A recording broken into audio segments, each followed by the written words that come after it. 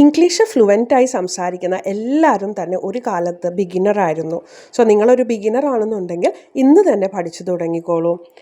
ആദ്യമായി usage of has to. നമ്മളെപ്പോഴാണ് has to ഉപയോഗിക്കുന്നതെന്ന് വെച്ചാൽ ഒരു കാര്യം മസ്റ്റായിട്ട് ചെയ്യേണ്ടതായിട്ടുണ്ട്, അതും പ്രസൻറ്റ് ടെൻസിൽ ഇപ്പോൾ ഈ ഒരു പ്രസൻറ്റ് മൊമെൻറ്റിൽ ചെയ്യേണ്ടതായിട്ടുണ്ടെങ്കിൽ അത് സിംഗുലർ നൗണിൻ്റെ കൂടെ നമ്മൾ യൂസ് ചെയ്യുന്നതാണ് ഹാസ് ടു.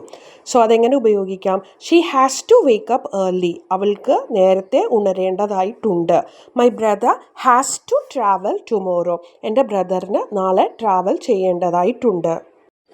അടുത്തത് ഹാവ് ടു.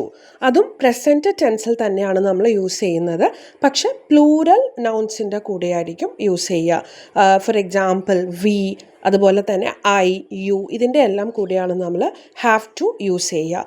എങ്ങനെ വരും അത്? I have to finish my homework. എനിക്ക് എൻ്റെ ഹോംവർക്ക് തീർക്കേണ്ടതായിട്ടുണ്ട്. They have to attend the meeting. അവർക്ക് മീറ്റിംഗ് അറ്റൻഡ് ചെയ്യേണ്ടതായിട്ടുണ്ട്. അടുത്തതാണ് ഹാഡ് ടു. ഹാഡ് ടു നമ്മൾ യൂസ് ചെയ്യുന്നത് എപ്പോഴും പാസ്റ്റ് ടെൻസിൻ്റെ കൂടെയാണ്.